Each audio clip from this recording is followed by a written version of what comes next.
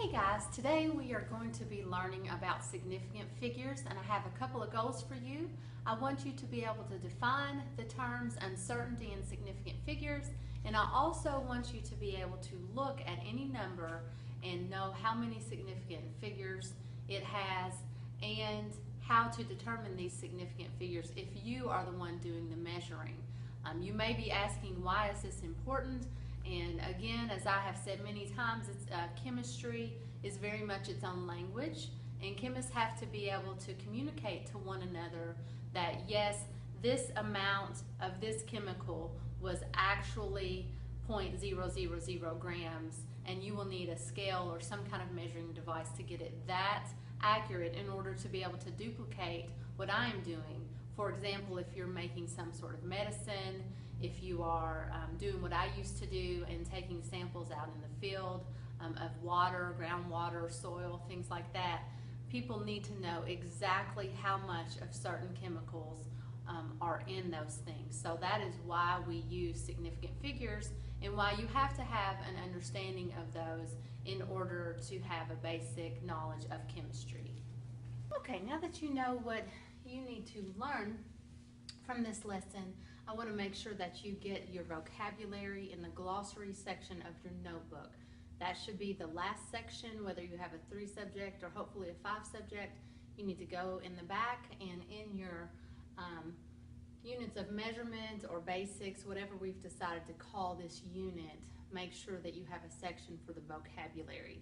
And these are the 3 terms that you need to record for that. What you'll want to do is just pause after each term or after I'm done completely speaking and just make sure that you write these down. So that's up to you, however you want to do that. You can pause as much as you need to.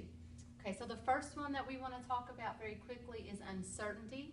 And you will notice that I have made doubt very noticeable there. The uncertainty is the degree of doubt in a single measurement. So as a scientist or you or anyone takes a measurement with a ruler, with scales, any type of measuring device, the degree of doubt in that measurement is called the uncertainty. And that becomes important when you're communicating with other scientists or other people about how uncertain a measurement is. Significant figures in general are the number of meaningful digits. So the general terminology are significant figures are meaningful. They mean something. And then significant figures, when measuring, are all the digits known with certainty and a last digit that is estimated. So make sure that you pause this and get that in there.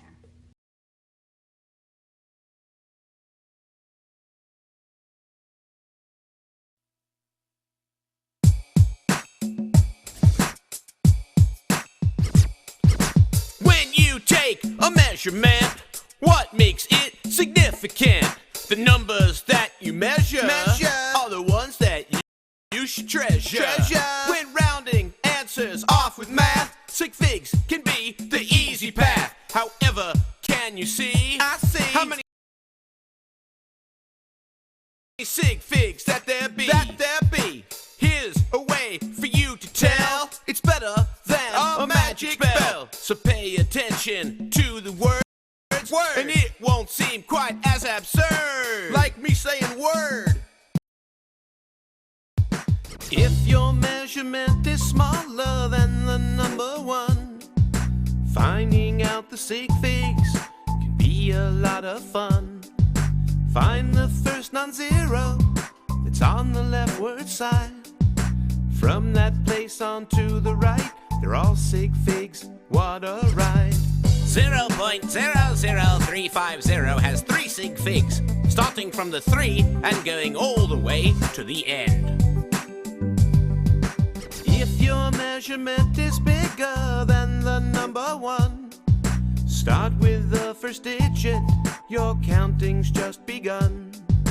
Go right to the last integer or a line over a 0, or look for a decimal point. You're a sig fig hero. 1,300 has 2 sig figs, 1,300 with a line over the tens place has 3 sig figs, and 1,300 with a decimal point has 4 sig figs. In a number that is bigger than the number 1, the zeros on the end could be placeholders, son. If there's nothing on those zeros to tell us different, then the zeros are placeholders. I think that's what I meant. A line over a zero tells us where the sig figs stop. Unless it's in the units place, then a decimal point you'll pop. And now it's time to hear the rule. Please put on your wigs. Bigger than 1 with a decimal point. They're all sig figs. Okay, let's make sure that you understand this and you got your video guide correct. It says if a number is less than 1, find the first. You should have non-zero. Sorry, I'm still learning this pen, so bear with me on the writing here. Non-zero to the right of the decimal, and all numbers following that are significant. So down here, you're going all the way over to the first non-zero, which is a 4, and then you're counting 1, 2, 3, 4. So it has 4 significant figures. Sorry, didn't do that hard enough. All right, for number 3, you're going to do the same thing. You're going. Oh, there's a non-zero. Stop and start counting. 1, 2, 3. What is it with 5s? There you go. So you've got 3 significant figures on that one. Now for numbers that are 1 or greater, let me move this so you can see the whole thing. You're going to have, if a number is 1 or greater, begin counting at the first digit and count to the last integer. A line over a 0 is B, or the decimal point. Okay, and by integer it means any number that is not a placeholder. You'll remember from when you were very, very little, zeros were placeholders for the ones place, and then 1 was an integer for the tens place. If you had something like this, those zeros were both placeholders, and the first integer was the one that was actually specific, showing the 100ths place. So integers are not placeholders, not placeholders. And no, this is messy, but that's okay. Learning is messy. All right, number 5. So you've got 2, 3, 0, 0, 0. That is only going to have 2 significant figures. The rest of these zeros are all placeholders right here. The second one looks just about the same. You've got 1, 3, 0, 0, so only 2 of those are significant. Now when we add a line though, we've got a line over a 0 there. That makes that significant. So you're going to count until you get to the line over the 0. So 1 digit, 2 digits, 3 digits at the line over the 0. You can stop counting. Everything after that is a placeholder. And then here you're going all the way. Look, you've got a decimal point. So in this case, you know that you're going to start counting at the first non-zero and go all the way to the decimal point. So that has 4 significant figures.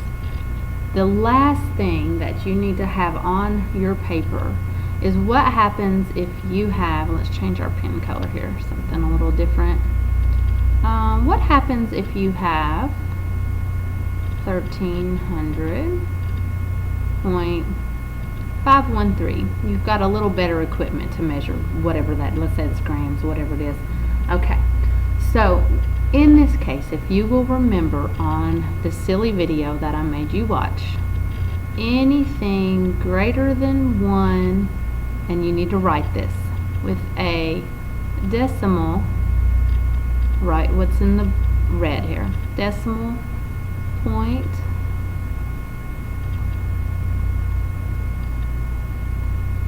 there,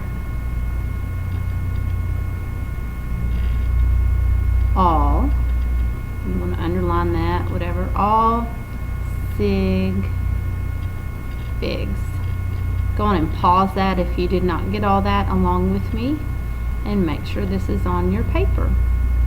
Okay, so hopefully you've got that greater than 1 with a decimal point. They're all sig figs. So let's count here. We start here with the first integer and go 1, 2, 3, 4, 5, 6, 7. So there are 7 sig figs. That's the easiest. If you have a decimal point, you're set. You just count them all. Now, again, don't forget, just a little reminder, if it's less than 1 and a decimal point, so see, it's less than 1, you do not start counting till you get to the first non-zero. So in this case, 1, 2, oh, there's a non-zero, so we're going to start counting there. So we're going to have 1, 2 non-zeros, so that is 2 significant figures. We do not, let me get the eraser just so I can stay the same. We do not count those. Okay, we're only counting the non-zeros. So we go all the way over. Oh, there's a non-zero. 1, 2. So 2 sig figs. So I hope you have a clear understanding now of what uncertainty and significant figures means, and you can define those, and that you can also determine the significant figures from any number and from taking measurements. So tomorrow, ooh, that doesn't show up very well. Let's get rid of that.